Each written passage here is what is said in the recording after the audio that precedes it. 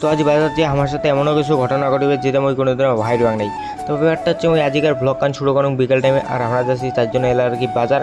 তো আমার সাথে বাজার যে কী ঘটনা ঘটেছে সেটা জানার জন্য আমার ব্লগ কান শেষ পর্যন্ত দেখতে থাকো।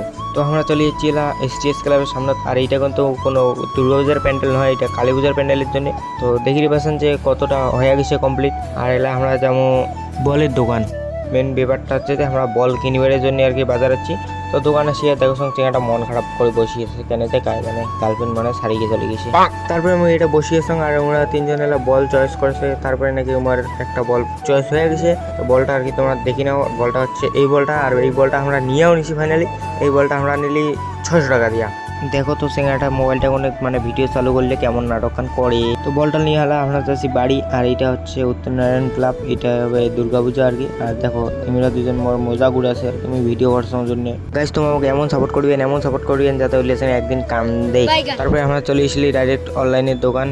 তো অনলাইনের দোকান আছি আমরা টাইসেস বের করিবার, আর টাইসেস কান দেখি নাও। তো টাইসেস কান কেন নাগিল। তো আজকের ব্লগ কান মোর এখানে, তোমরা সবাই আমাকে আশীর্বাদ কান যাতে আমি বড় মানুষ হওয়া হলে ভালো মানুষ হওয়ার পাং। আর একটা তোমার কাছে কোশ্চেন, মোর ব্লগ গুলো তোমার কেমন লাগে।